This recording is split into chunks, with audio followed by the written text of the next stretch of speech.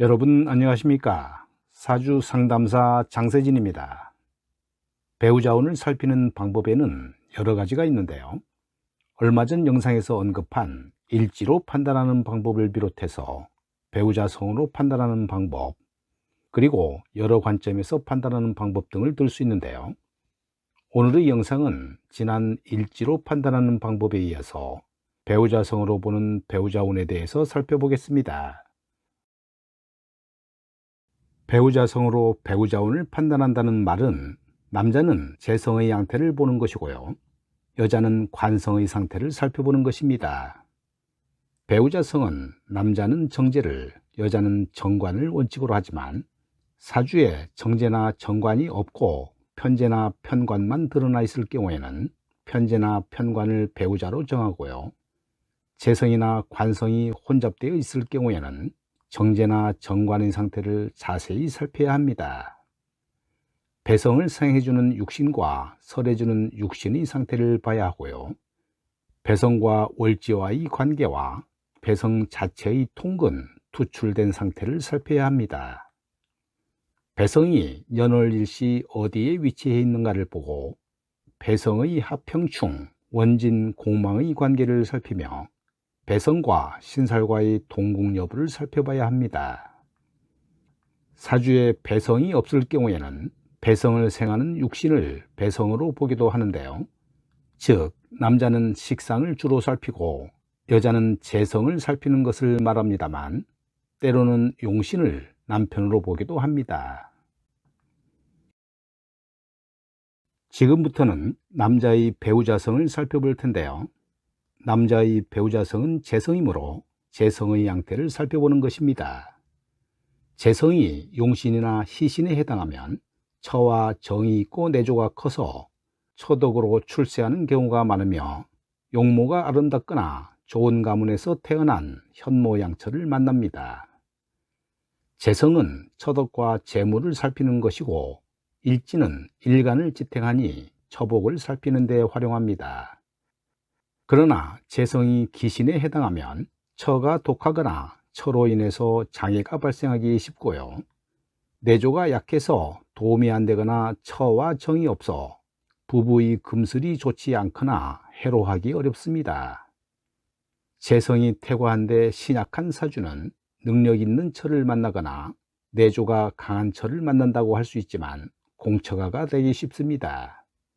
위와 같이 재다 신약인 경우 처로 인한 풍파가 많이 일어나고, 그렇지 않을 경우에는 상처를 당하거나 가는 곳마다 여자가 생겨 여자에게 의지하며 살아가는 경우가 많습니다. 재성이 편중되고 신약한 경우는 고부간의 갈등 때문에 중간에서 난처한 입장이 되기 쉽고요, 가정이 화목하지 못하고 불안하기 쉽습니다. 재성의 힘이 약할 때는 남자에게 미치는 영향력이 크지 않은데요, 또 재성이 용신일지라도 다른 육신으로부터 파극을 당하면 좋은 처를 얻었어도 구박하는 경우가 많습니다. 관살이 중중하여 재성의 설기가 극심하면 재성이 약해져서 내조의 힘이 적고 무능하거나 무력한데요, 그러나 식상에 있어 강한 관성을 제압하면 유능하지는 않지만 무력하지도 않습니다. 재성이 천간에 나타나 있으나 지지에 뿌리를 내리지 못한 경우는 행운에서 비고분이 왔을 때 곧바로 재물을 빼앗는 작용이 나타나 이혼하거나 상처할 확률이 높습니다. 재성이 형충이나 공망이 되어 무력하거나 비겁에 의해 파극을 당하면 처덕이 없고 내조가 약합니다. 또 남자 사주에 식신이 희신이면서 역마살과 같이 있으면 처의 수완으로 인해 부자가 되는 경우가 있습니다.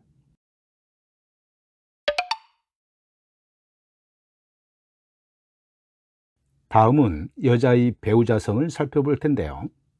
여자의 배우자성은 관성이므로 관성의 양태를 살펴보는 것입니다.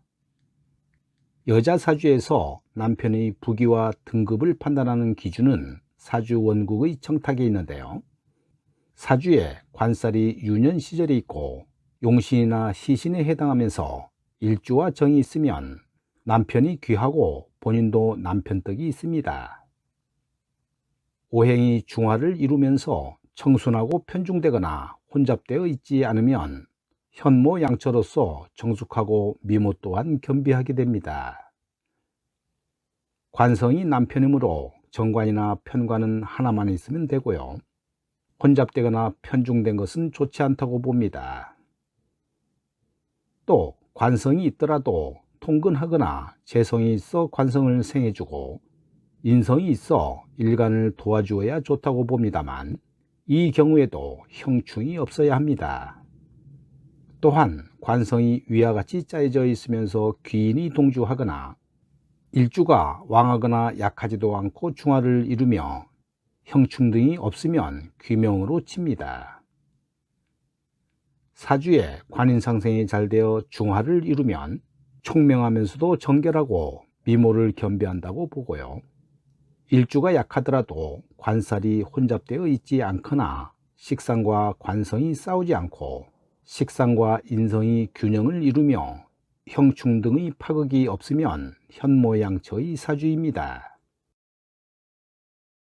관성이 미약하고 식상이 태왕한데 재성이 없는 경우와 관살이 태왕한데 식상이 약하여 재살하지 못한 경우는 운에서 관성을 만나면 이별이나 상부하기 쉬워 일부 종사하기가 어렵습니다. 여자 사주에 관성이 없는 사람은 외격이 되었거나 사주에 중화를 잘 이루지 못했을 경우 아예 남편 덕을 기대하지 않는 것이 좋습니다. 무관인 여자의 경우 대개 남편이 무능력하거나 병약한 경우가 많은데요. 그런데도 불구하고 남편이 잘해주거나 사회적, 경제적인 능력이 좋을 경우에는 일찍 사별하거나 헤어지는 경우가 많습니다. 부부 인연이 계속 이어지려면 떨어져 독립적인 생활을 하는 경우가 좋고요. 이혼 후 재혼을 하더라도 다음 상대는 더 좋지 않은 사람을 만나는 경우가 있습니다.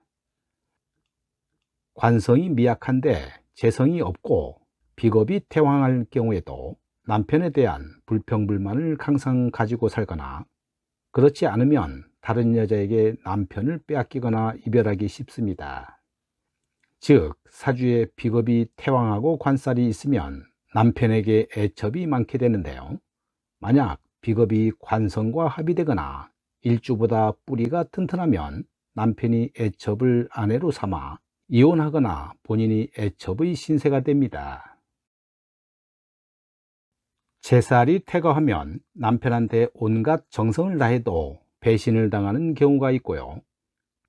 가정적으로는 성격이 별나거나 깐깐한 시어머니를 만나 시집살이를 톡톡하게 하지 않으면 두 분의 시어머니를 모시는 경우가 있습니다. 인성이 많아 일주가 신강한 사주에 관성이 미약한데 재성이 없으면 남편이 무능력하거나 이별하기 쉽고 또 애첩의 신세가 되는 경우도 있는데요. 식상이나 관살이 혼잡하고 균형을 이루지 못한 경우도 마찬가지입니다. 식상이 많고 관성이 약한데 인성이 있더라도 운에서 재성의 파극을 받으면 이별이나 사별할 수 있습니다. 신왕한데 관성이 전혀 없어 극제를 하지 못할 경우 저돌적이거나 천방지축인 경우가 많고요. 그렇게 자신만만하던 사람도 관살 운이 오면 10중 8구 남자의 유혹에 넘어가는 경우가 많습니다. 배성을 극하는 육신의 동태는 매우 중요한데요. 여자의 경우 상관의 향방을, 남자의 경우 겁재의 동태를 자세히 살펴야 합니다. 재성이 약하고 비겁이 많아 신왕한 사주, 즉 군겁쟁제가 된 사주는 처가 병약하거나 사별하는 경우가 많으며 그렇지 않을 경우 처를 못살객으로 해로하기 어렵습니다. 오늘 영상은 여기까지입니다. 여러분 감사합니다.